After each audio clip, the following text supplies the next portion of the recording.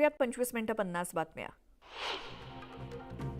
ठाकरे गटाचे नेते चंद्रकांत खैरे आणि अंबादास दानवे उद्धव ठाकरेंची भेट घेणार आहेत. चंद्रकांत खैरे आणि अंबादास दानवे दोघेही मुंबईमध्ये आलेत आणि थोड्याच वेळात ते उद्धव ठाकरे यांची भेट घेतील. तर लोकसभेवरून सुरू असलेल्या दोघांच्या वादावर उद्धव ठाकरे काय समज देतात याकडे सर्वांचं लक्ष लागलंय.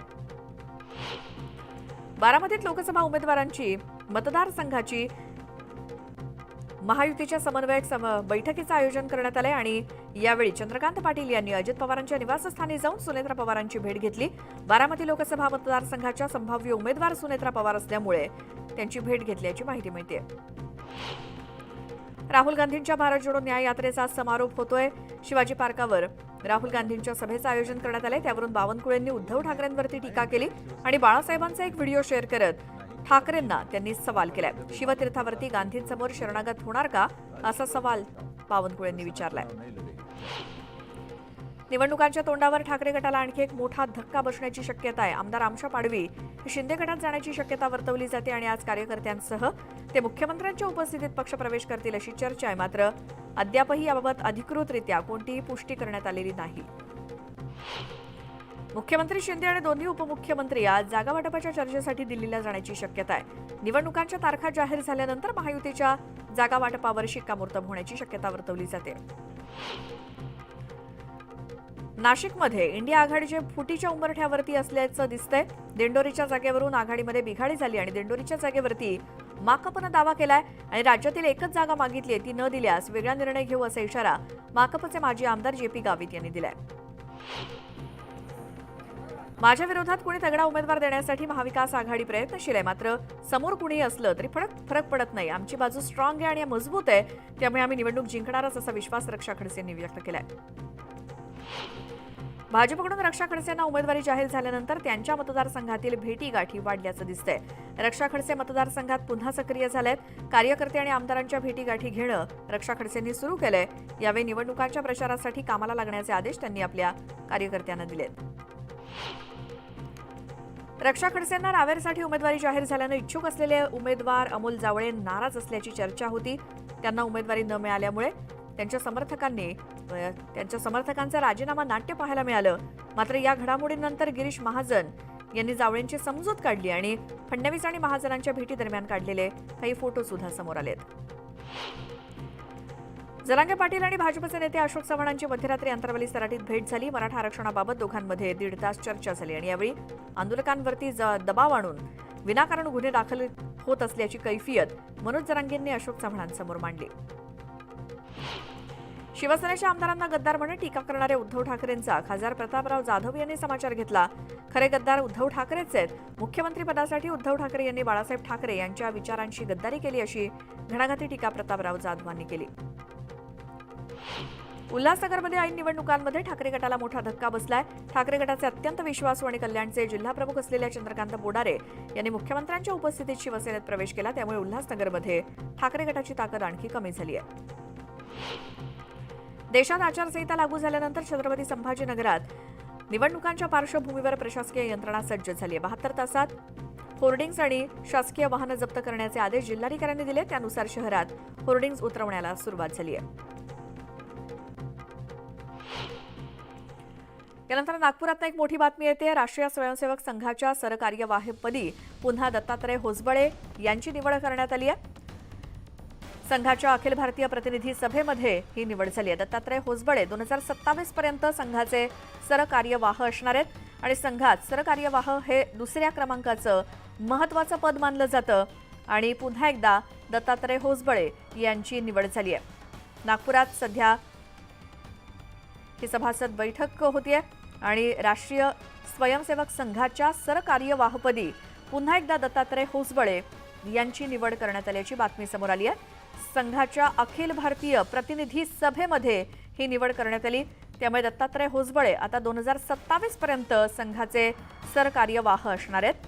संघामध्ये सरकार्यवाह हे पद हे 2ऱ्या क्रमांकाचं महत्त्वाचं पद मानलं जातं.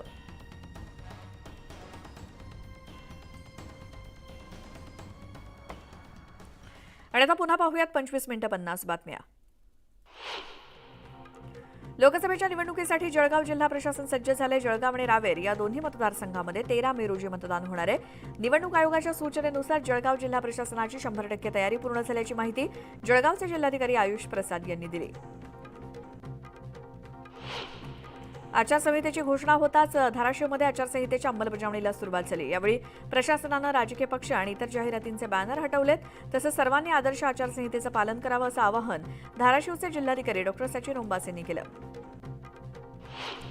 धाराशिव लोकसभा मतदारसंघाचं नाव उस्मानाबाद मतदारसंघच राहणार आहे. निवडणूक आयोगानं जिल्हा प्रशासनाला नाव न बदलण्याच्या सूचना दिल्या. त्यामुळे आता धाराशिव मतदारसंघाचं नाव उस्मानाबादच राहील अशी माहिती जिल्हाधिकारी सचिन ओंबासे यांनी दिली. मनमाडमधील गोरगरिबांना मोफत आणि वेळेवरती उपचार मिळावेत यासाठी जिल्हा परिषदेच्या प्राथमिक आरोग्य सेवा अंतर्गत उभारण्यात आलेली इमारत गेल्या 2 वर्षांपासून धूळखात पडली आहे. लाखोंचा खर्च करूनही रुग्णांना उपचारासाठी अन्य ठिकाणी पायपीट करावी लागत असल्यामुळे नागरिकांकडून संताप व्यक्त होतोय.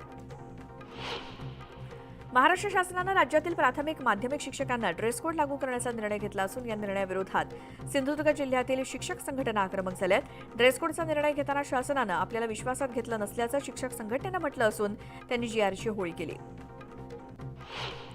पुणे जिल्ह्यातील 71 मंदिरांमध्ये वस्त्र संहिता लागू करण्यात आली. याद्वारे भाविकांची जनजागृती केली जाणार आहे. तोकडे आणि अशोभनीय कपडे घालून मंदिरात प्रवेश टाळावा यासाठी जनजागृतीद्वारे निर्णयाची अंमलबजावणी करण्याचा प्रयत्न मंदिर प्रशासनाकडून होतोय. शक्तीपीठ महामार्गाला आता शेतकऱ्यांकडून आणि गावकऱ्यांकडून तीव्र विरोध होताना दिसतोय. महामार्ग होण्यापासून रोखण्यासाठी गावागावात जनजागृती बैठकांचं आणि मेळाव्यांचं आयोजन करण्यात येत आहे. या बैठकींच्या सत्राला सकारात्मक प्रतिसाद मिळत असल्याचं शेतकऱ्यांचं म्हणणं आहे. छत्रपती संभाजीनगरात पाणीपुरवठा योजनेत अडथळा निर्माण केला जातोय. त्यामुळे शहरातील पाणीपुरवठा योजनेचं काम सुरळीत होताना दिसत नाहीये. ही बाब लक्षात येताच अडथळे निर्माण करणाऱ्यांवरती गुन्हे दाखल करा असे आदेश खंडपीठानं दिले. तसंच काम सुरळीत व्हावं यासाठी योग्य ते संरक्षण पुरवण्याचे आदेशही खंडपीठानं दिले.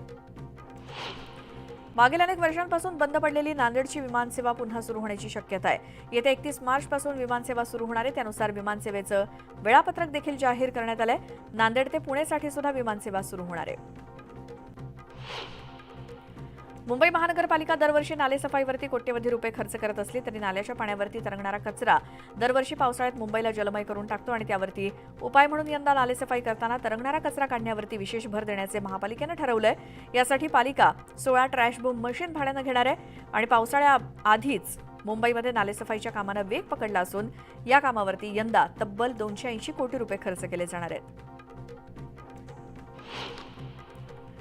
आणखी एक मोठी बातमी समोर येते. निवडणुकीची आचारसंहिता लागताच मोठी कारवाई करण्यात आली आहे. निवडणुकीमध्ये महागड्या मद्याचा पुरवठा केला जाणार होता किंवा वापर केला जाणार होता. मात्र राज्य उत्पादन शुल्क विभागानं मोठी कारवाई केली. मोठमोठे सेलिब्रिटी आणि धनाढ्य जे महागडे मद्य पितात ते मद्य बनावट असल्याची शक्यता वर्तवण्यात आली आहे. अत्यंत महागडं मद्य बनावटरित्या बनवणाऱ्या कारखानाच हा उद्ध्वस्त करण्यात आलाय. मीरा रोड इथे छापा टाकून ही मोठी कारवाई करण्यात आली आहे. विदेशी आणि देशी बनावटीची महागडी मद्य बनावटरित्या बनवली जात होती आणि 4 आरोपींना या संदर्भात उत्पादन शुल्क विभागानं अटक केली आहे. अधिक माहितीसाठी जाऊयात आमचे प्रतिनिधी अजित मांढरे यांच्याकडे. अजित, काय कारवाई? आपण पाहिली तर ही निवडणुकीच्या पार्श्वभूमीवरची सर्वात मोठी कारवाई आहे उत्पादन शुल्क विभागाची. कारण का ज्या पद्धतीनं निवडणुका आल्या त्यानंतर निवडणुकांमध्ये पैशांचा आणि मद्याचा जो पाऊस पडतो मतदारांना लुभवण्याकरता किंवा कार्यकर्त्यांना सोबत ठेवण्याकरता, तर याच पार्श्वभूमीवर ही कारवाई केली असावी असं म्हटलं तरी वावगं ठरणार नाही. पण आपण यात जर ब्रँड पाहिले तर देशी आणि विदेशी ब्रँड म्हणजे मोठमोठे दारूचे ब्रँड जे मद्याचे ब्रँड जे आहेत ज्यांची किंमत एका बाटलीची किंमत मिनिमम 1 ते 1.5 लाख रुपये असावी असे हे मद्य आहेत आणि अतिशय मोठमोठे धनाढ्य लोक हे मद्य पितात.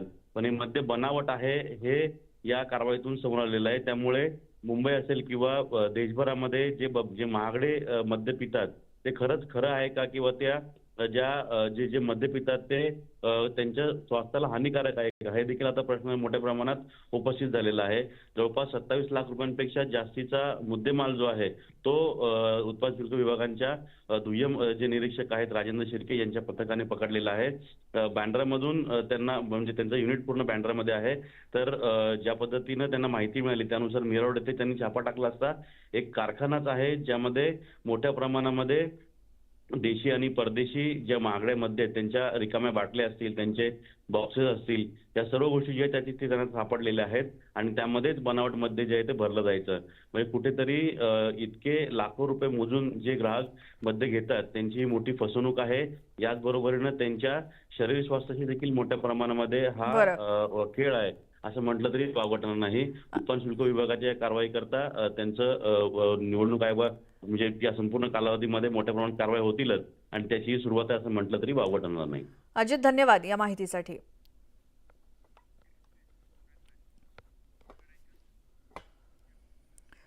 आणि यानंतर पुन्हा पाहूयात 25 मिनिटं 50 बातम्या. अग्निसुरक्षा विषयक नियमांच्या अंमलबजावणीसाठी त्यांचा डीसीपीआरमध्ये समावेश करणारी अंतिम अधिसूचना 20 मे नंतर काढण्यास मुभा देण्याची राज्य सरकारची मागणी हायकोर्टानं फेटाळली आणि अग्निसुरक्षा विषयक नियमांच्या अंमलबजावणीसाठी निवडणुकांची सबब सांगू नका अशा शब्दात हायकोर्टानं सरकारला फटकारलंय.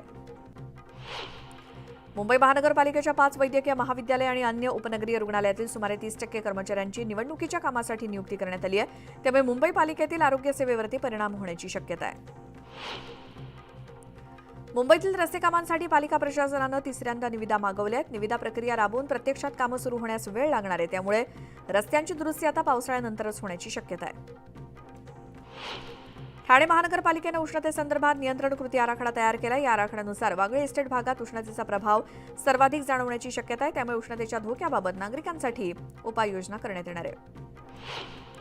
ज्येष्ठ नागरिकांसाठी मध्य आणि पश्चिम रेल्वेवरील लोकलच्या मालडब्यांपैकी एका मालडब्यात बदल करून ज्येष्ठांसाठी राखीव ठेवण्यात येणार आहे आणि या प्रस्तावाला रेल्वे मंडळानं मंजुरी दिल्यामुळे ज्येष्ठांचा रेल्वे प्रवास आता सुखकर होणार आहे.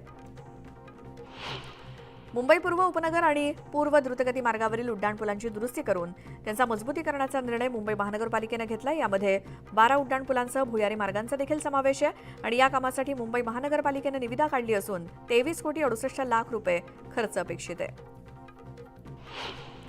राज्य सरकारच्या शालेय शिक्षण विभागामार्फत नुकतीच आरटीई प्रवेश प्रक्रिया सुरू करण्यात आली असून वयोमर्यादा निश्चित करण्यात आली आहे. यात पहिलीसाठी डिसेंबर 2024 पर्यंत वयाची किमान 6 आणि कमाल 7 वर्ष 5 महिने आणि 30 दिवस पूर्ण केलेले असणं गरजेचं आहे. वर्सोवा विरार सागरी सेतू रद्द करून आता केवळ उत्तन विरार दरम्यान सागरी सेतू बांधण्याचा निर्णय घेण्यात आलाय. MMRDA 55 किलोमीटरच्या या सागरी सेतूसाठी नव्यानं व्यवहार्यता अभ्यास करणार असून प्रकल्पाचा आराखडा तयार करण्यात आलाय. राज्यातील 12 नवीन वैद्यकीय महाविद्यालयांनी नॅशनल केमिकल कमिशनकडे मान्यतेकरता प्रस्ताव पाठवलेत. त्यांना मान्यता मिळाल्यास राज्यातील MBBSच्या जागांमध्ये 1 ते 1.5 हजारांची भर पडण्याची शक्यता आहे. मराठा आरक्षणामुळे खुल्या वर्गातील 10% जागा कमी झाल्या होत्या आणि केंद्र सरकारची मान्यता मिळाल्यास खुल्या गटातील विद्यार्थ्यांना या वाढीव जागांमुळे काहीसा दिलासा मिळू शकतो. मुंबईकरांनी स्वच्छता मोहिमेचे सकारात्मक परिणाम अनुभवलेले असून मागील 5 वर्षातील फेब्रुवारी महिन्यातील वायू गुणवत्ता लक्षात घेता यंदाच्या फेब्रुवारी महिन्यात सर्वाधिक स्वच्छ हवा असल्याचं सर्वेक्षणातून स्पष्ट झालंय. 2 महिन्यांपूर्वी 300 ते 350 दरम्यान असणारा वायू गुणवत्ता निर्देशांक आता 100 पेक्षाही खाली आलाय आणि काही ठिकाणी हा निर्देशांक 50 आहे. भारत सरकारच्या नागरी उड्डाण मंत्रालयाच्या मान्यतेनुसार उड्डाण 5.0 योजनेअंतर्गत फ्लॉय 91 विमान कंपनीला जळगाव विमानतळावरून उड्डाण परवाना देण्यात आलाय. 8 एप्रिलपासून गोवा आणि हैदराबादला तर 1 मे पासून पुण्यासाठी विमानसेवा सुरू होणार आहे. शेतीमालाला योग्य हमीभाव मिळावा या मागणीसाठी शेतकरी आक्रमक झाले. संतप्त शेतकऱ्यांनी आंदोलन केलं. यावेळी त्यांच्या आंदोलनाला वंचित बहुजन आघाडीनं पाठिंबा दिला. तहसीलमध्ये निवेदन देखील देण्यात आलंय. इसिस मॉड्यूल प्रकरणात एनआयएनं मोठी कारवाई केली. आरोपींची लाखोंची प्रॉपर्टी जप्त करण्यात आली. कोंढवा परिसरातील मालमत्ता एनआयएकडून जप्त करण्यात आली. पुणे ड्रग्ज प्रकरणामध्ये 14 आरोपींवरती मोका कायद्याअंतर्गत दोषारोपपत्र दाखल करण्यात आलं. 3150 पानांचं दोषारोपपत्र दाखल केलंय. त्या पोलिसांनी आतापर्यंत 100 जणांची साक्ष नोंदवली आहे. नंदुरबारमधील चौफुली भागात एका शाळकरी मुलीला डंपरनं धडक दिली. या तिला जोरदार धडक बसल्यामुळे सायकलवरून ती खाली कोसळली. त्याच अवस्थेत त्या डंपर मालकानं तिला फरफटत नेल्याचा धक्कादायक प्रकार समोर आला. यात ती गंभीर जखमी झाली असून तिच्यावर उपचार सुरू आहेत. मात्र आता पुन्हा या भागात गौण खनिज वाहतुकीचा प्रश्न ऐरणीवर आलाय. जळगावच्या पिंपरुड येथील शेतामध्ये भीषण आग लागली आणि आगीत शेतातील संपूर्ण गव्हाचं पीक आगीत जळून खाक झालंय. त्यामुळे शेतकऱ्यांचं लाखोंचं नुकसान झालंय. शॉर्ट सर्किटमुळे ही आग लागल्याची माहिती समोर येते. वाढतं प्रदूषण थांबवण्यासाठी आणि निरोगी राहण्यासाठी पुण्यामध्ये आपलं पुणे सायक्लोथॉनचं आयोजन करण्यात आलं. यात शेकडो पुणेकरांनी सहभाग घेतला. यावेळी 100 किलोमीटर, 50 किलोमीटर, 25 किलोमीटर सायकलिंगचं आयोजन करण्यात आलं होतं. छत्रपती संभाजीनगरमध्ये शिक्षणापासून वंचित राहणाऱ्या गावांमध्ये आणि तांड्यावरील विद्यार्थ्यांना रामेश्वर राठोड या शिक्षकांना मोफत शिक्षण देण्यास सुरुवात केली आहे. मिळेल तिथे विद्यार्थ्यांना ते ज्ञान संपादित करत असतात, त्यामुळे त्यांच्या या कामाचं सर्वत्रच कौतुक होत आहे.